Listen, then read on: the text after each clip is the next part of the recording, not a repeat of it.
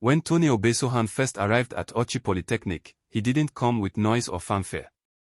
He was the kind of student you'd barely notice in a crowd, quiet, observant, and deeply introspective. He came from Benin City, a place where every corner whispered stories of struggle and survival. Born into a humble household as the last of 3 children, Tony had grown up learning that life wasn't fair and that it rarely rewarded those who waited patiently. His father had once worn a police uniform with pride, but Tony had watched that pride fade over the years. The old man, now retired, carried himself with dignity, yet behind his eyes was a weariness shaped by years of resisting the temptations that came with the job. He had always told Tony, "Integrity is expensive, my son. That's why only a few can afford it." His mother, on the other hand, was a market woman, a tireless trader who rose with the sun and came back home long after the city lights had dimmed. She didn't complain much, but her calloused hands and quiet sighs said it all.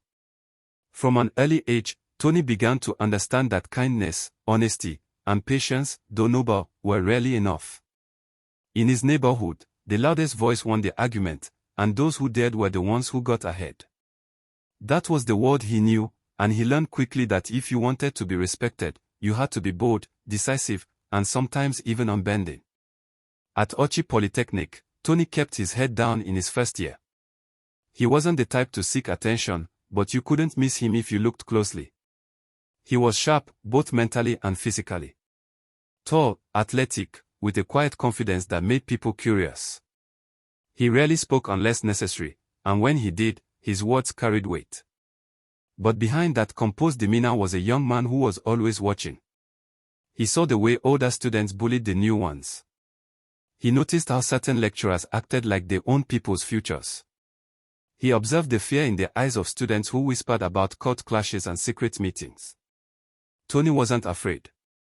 He simply understood the power of patience. Everything changed for him in his second year. One evening, while returning from class, he witnessed a close friend being humiliated by members of a rival group on campus. The scene played out like a bad movie, threats, laughter, and an overwhelming sense of helplessness. Tony didn't intervene. He didn't have the means to. But something shifted inside him that night. A quiet fire ignited in his chest. He realized he didn't want to be just another face in the crowd, walking through life cautiously. He wanted to matter.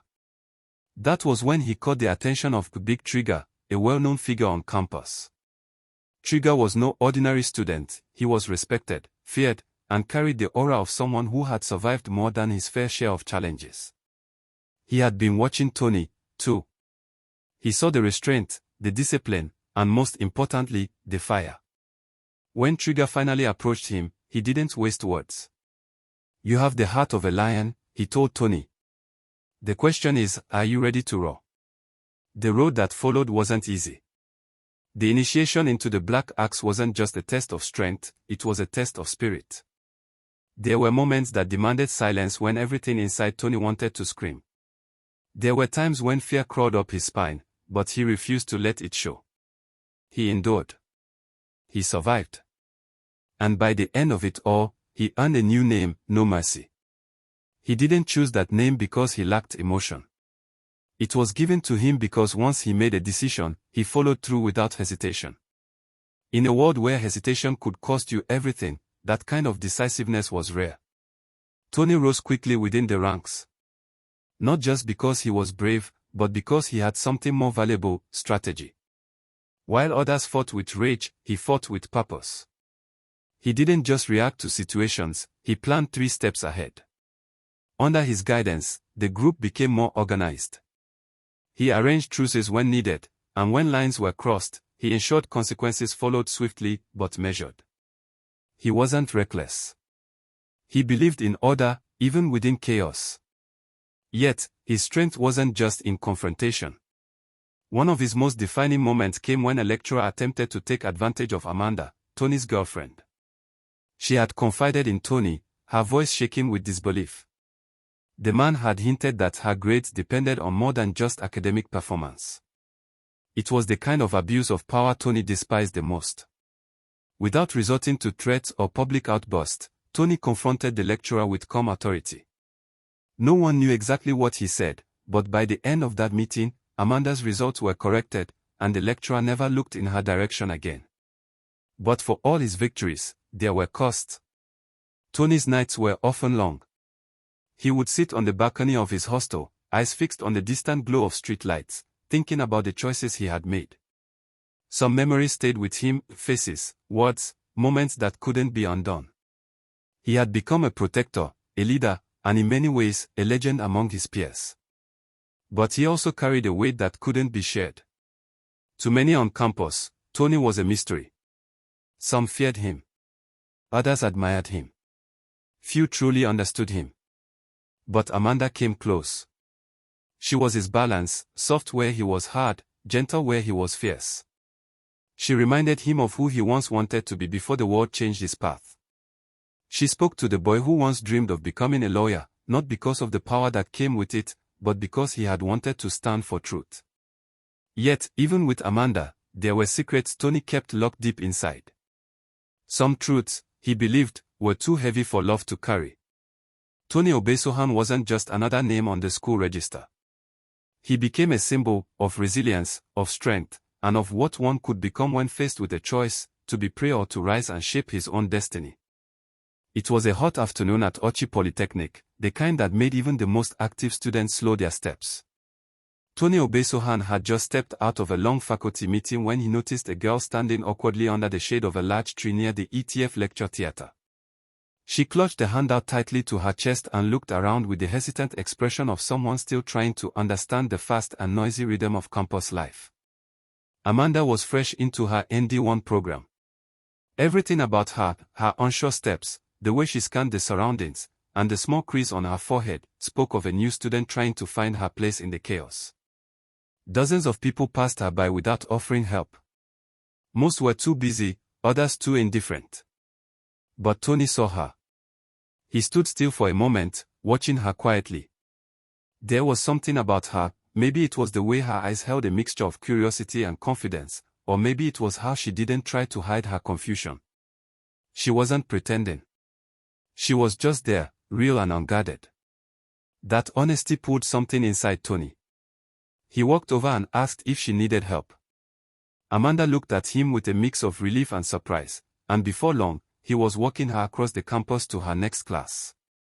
They spoke only a little, but the few words they shared were enough to spark something between them.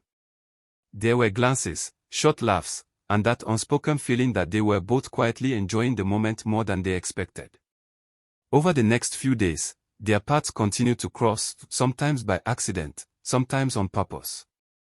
Tony started looking forward to seeing her, and Amanda didn't hide her interest either.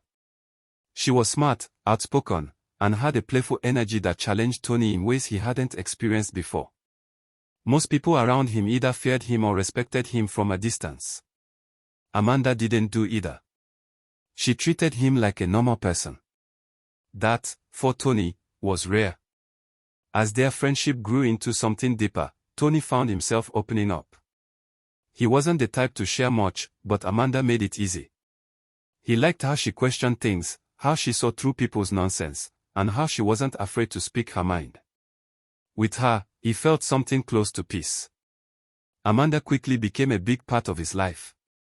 While others walked carefully around Tony, Amanda walked beside him. Her laughter brightened his days, and her presence calmed the storms in his mind. She was the one place where he could let his guard down. But Amanda wasn't unaware of the kind of man Tony was. It didn't take long for her to notice the respect and fear he commanded across campus. People moved aside when he walked by. Conversation stopped when he entered a room. She heard the quiet stories. She watched how lecturers, security men, and even other strong-willed students treated him with silent caution. Amanda understood that Tony wasn't just a student, he was someone whose name carried weight.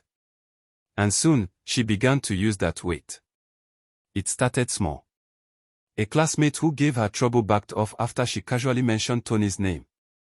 At the hostel, people who once ignored her began to offer help.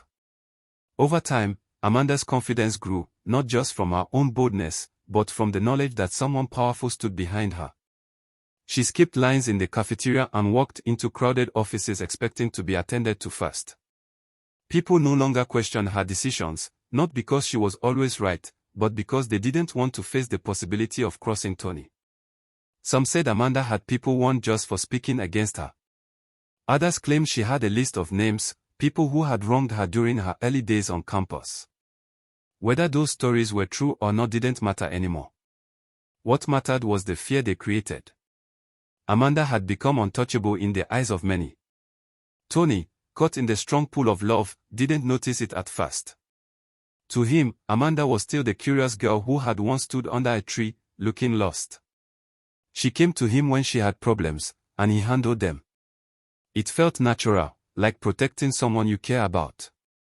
When his friends began to point out that Amanda might be using his influence a little too often, Tony dismissed their worries. In his mind, she was simply defending herself in a world that could be unkind. But Amanda knew what she was doing. She cared about Tony deeply. That was true. But she also enjoyed the power that came with being close to him. She remembered how people used to overlook her, how some laughed at her accent, or rolled their eyes when she asked for help. Now, all that had changed. The same people who once ignored her now rushed to greet her. And she liked it. There were moments when Tony noticed something didn't feel right. Maybe Amanda had left out a detail about a problem she brought to him. Maybe she exaggerated a little. Sometimes, after taking action on her behalf, he'd wonder if things had really been that serious. But every time he tried to question her, she would hold his hand, look him in the eye, and remind him how much she depended on him. She knew exactly how to pull his heart closer, even when doubt tried to creep in. So Tony continued to protect her, heart first, logic second. What he didn't realize was that Amanda's growing influence was slowly creating tension around them. Every time she used his name to silence others, a quiet storm was building. In a place like Auchi Polytechnic, nothing stayed hidden forever. Respect could turn into resentment. And even the strongest loyalty could face trials when the world started watching too closely. Tony and Amanda had built a bond that felt strong and unbreakable. But sometimes, the cracks don't come from outside, they come from the shadows within. Amanda lived with an older schoolmate known as Blessing. Hostel life at Auchi Polytechnic was never calm, but for Blessing, it had turned into something far worse, stressful, loud, and full of tension. As an HND1 student, Blessing had seen her fair share of drama. She had lived through everything from roommate squabbles to broken facilities, but nothing had quite prepared her for the storm Amanda would bring. From the very first day Amanda moved into their shared room, the energy had been off. Blessing, being older and more experienced, tried to take the high road.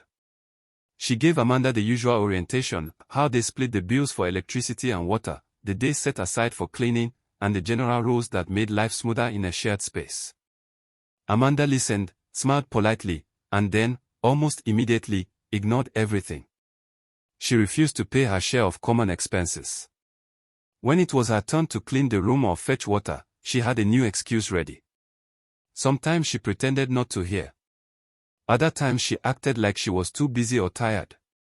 What made things worse was the way she carried herself, like she was above it all. Blessing watched silently for weeks, keeping her thoughts to herself. But as time went on, it became harder to ignore the little things. Amanda bought new clothes regularly, changed wigs every other week, and ordered food almost every day. She clearly had money, but whenever it was time to buy cooking gas, fix a broken bulb, or contribute to hostel cleaning, she claimed to be broke. To make matters more frustrating, Amanda wasn't careless, she was clever about how she hid her money. Blessing once noticed her tucking cash into a rolled-up pair of socks.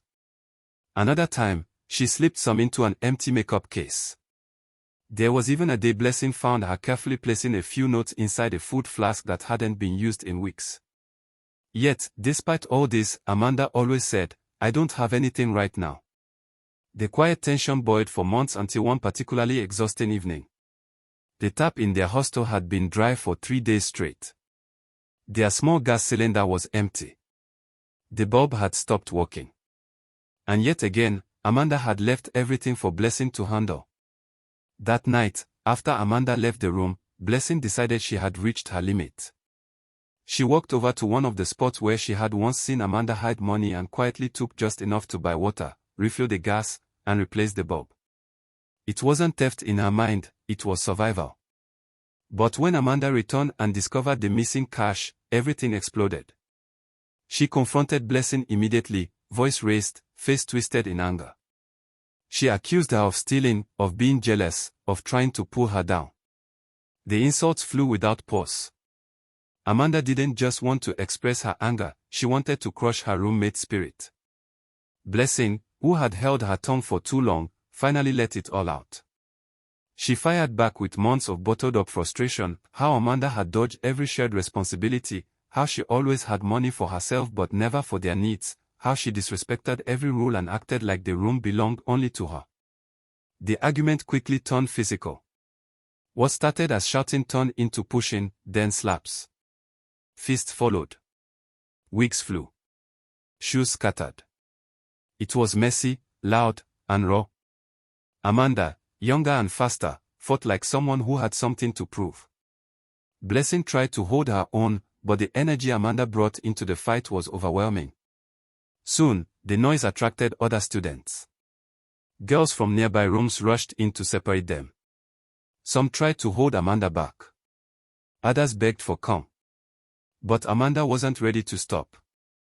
She was angry, humiliated, and determined to show she couldn't be challenged. Even after Blessing stopped fighting, Amanda kept pushing, screaming, and throwing her arms wildly, as though she had lost control. The situation took a dangerous turn when a male student named Miles walked in. Miles was known around campus, not just for his strong build and quiet confidence, but for being a member of the Maphite group, a notorious confraternity with a reputation for settling issues their own way. He wasn't there to joke. He had heard the noise and, like many in his position, didn't like chaos that disrupted his peace. As he stepped into the room, the energy shifted. Some girls backed away. Others held their breath. Amanda, still full of adrenaline, turned her anger toward him. She shouted at him, told him to leave, and even insulted him. She was still running on the high of being Tony's girl, the one no one dared cross. But this time, she had miscalculated. Without much warning, Miles stepped forward and struck her across the face. Once. Then again. The slaps were sharp and sudden. Amanda stumbled back, eyes wide in shock. Her voice caught in her throat. For the first time since she had stepped on campus, she looked truly shaken. The hallway fell into silence. Everyone stood still. No one moved. The moment was heavy. Some looked on in disbelief. Others quietly murmured that Amanda had gone too far. Even those who once admired her boldness now stood in silence, unsure what to make of what had just happened. Amanda walked away from the crowd in tears. But even as her hands wiped her face, her mind was burning with one clear thought: this could not go unanswered. It wasn't just a personal insult, it was a blow to her reputation. She had never been touched before. She had never been made to feel so small. That night, Amanda went straight to Tony. She poured her heart out, her voice trembling but carefully measured. She told him everything, or rather, the version of everything that she needed him to hear. She painted Blessing as the greedy roommate who crossed the line, and Miles as the arrogant guy who struck her out of nowhere. She left out the insults she had thrown. She didn't mention how she had pushed the argument past its limit. What she needed now was protection, and Tony's response was as predictable as it was fierce. He sat quietly as she spoke, but his eyes gave away what was going on inside. Tony had always protected Amanda. He believed in loyalty. And now, someone had laid hands on her, someone from a rival confraternity, no less. The moment Amanda finished speaking, Tony stood up without a word. She didn't have to ask him to do anything. He was already moving. In his mind, this wasn't just about Amanda. It was about power, territory, and respect.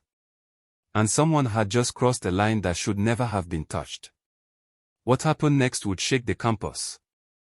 The storm had begun. When Amanda, still shaking and teary-eyed, told Tony what had happened, that a male student had slapped her in public, in front of a crowd, something shifted in him. It wasn't just ordinary anger. It was a deep sense of disrespect. In Tony's world, loyalty was everything, and reputation was sacred. Someone had just crossed the line, not just with Amanda, but with him. He didn't waste time. He promised Amanda that the guy would pay for what he did. To Tony, it didn't matter who the student was, he believed it was just some random guy who needed to be taught a hard lesson. What Tony didn't realize, what Amanda herself didn't know, was that the guy in question, Miles, wasn't just any student. He was a known figure on campus. A respected and feared member of the Maphite group, a powerful and strategic crew that didn't back down from challenges. Fueled by rage and a need to protect Amanda's honor, Tony picked up his phone and made 2 quick calls. One to Jibril, known on the street as Tormentor, and the other to Lekon, nicknamed Cracker. These weren't just school friends, they were trusted allies, experienced and fearless. In less than an hour, the 3 of them were on their way to Amanda's hostel, walking with quiet confidence and clear intentions. As they entered the compound just before sunset, the atmosphere shifted. Students lounging around could feel the tension in the air. Amanda stood by the corridor, eyes locked on a group of guys talking and laughing near the back wall. She pointed out Miles. Tony didn't wait. He and his boys marched straight up to the group. His voice was firm, asking questions, not hiding the tension in his tone. He confronted Miles directly, words heated, his stance aggressive. He gave him a push, meant to provoke, to show dominance. Then came the first swing, Tony landed a punch. But everything changed in a matter of seconds. Before Tony's crew could react, more guys appeared. 2 behind Miles, then 3 more from the far end of the building. Within moments, Tony and his team were surrounded. It wasn't just a response, it was an ambush. The Maphite boys had numbers on their side. What was supposed to be a quick warning turned into a full-blown street fight. Tormentor and Cracker, both street-smart and experienced, quickly realized they were outnumbered. They pulled back, retreating into the gathering crowd. But Tony, driven by pride and loyalty, refused to back down. He kept swinging, kept shouting, determined to stand his ground. That decision cost him. The group turned their full attention to him. What followed was brutal. Fists flew, kicks landed, and Tony was cornered near the edge of the hostel wall. He tried to fight back, but the odds were too great. No one stepped in. The crowd watched in shock, some frozen, some already backing away. By the time security personnel arrived, it was too late. Tony was down, bruised, bloodied, and unconscious. The group responsible had already vanished into the shadows. One of the hostel girls, crying, pulled down a wrapper from the line to cover his body. The crowd slowly scattered. But the whispers had already begun, Tony's not moving. It didn't take long for the news to spread across campus. Tony No Mercy, one of the most feared members of the Black Axe, was gone. People didn't believe it at first. Some cried, some left campus immediately, and others simply sat in silence, too shocked to move. What had started as a personal fight now felt like the start of something much, much bigger. The Black Axe didn't wait long. Before the next sunrise, quiet calls were being made to senior members across cities, Benin and Ekpoma. What happened to Tony wasn't just a loss. It was a declaration. And like all things in their world, it demanded a response. Within days, the campus changed. Students worked in groups, hostel doors were double-locked at night, and attendance in lectures dropped. Everyone sensed it, retaliation was coming. And it did. Quietly at first, then louder. An attack here, a confrontation there. Then came the counterattacks. Rival members were trailed, some cornered, others cut off campus. The violence didn't feel like random incidents anymore, it was organized chaos. By the end of the semester, the numbers had added up. Students, both involved and innocent, were affected. Parents pulled their children out. Hostels emptied. The school atmosphere, once lively and carefree, was now filled with fear and whispers. Tony's death became the stuff of campus legend. Some said it was love that led to his fall. Others blamed ego, pride, and a system of silence that allowed things to spiral out of control. But whatever the reason, one thing became clear: Auchi Polytechnic would never be the same. And every time someone passed by Amanda's former hostel, or walked near the spot where Tony last stood, they remembered, not just the noise, or the anger, or the loss, but the lesson. Sometimes, pride is louder than wisdom. And sometimes, a single moment can start a war.